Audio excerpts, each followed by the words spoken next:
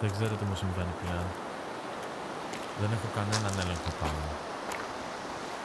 Νιώθω σαν να μου βαράει το ένα κύμα μετά το άλλο.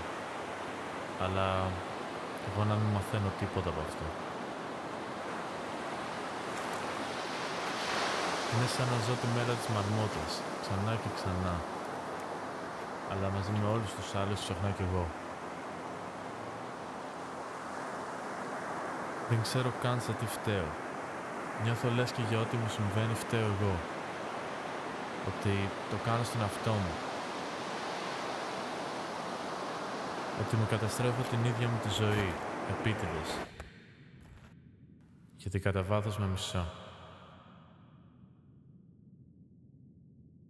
Καλά, όχι και τόσο βάθος.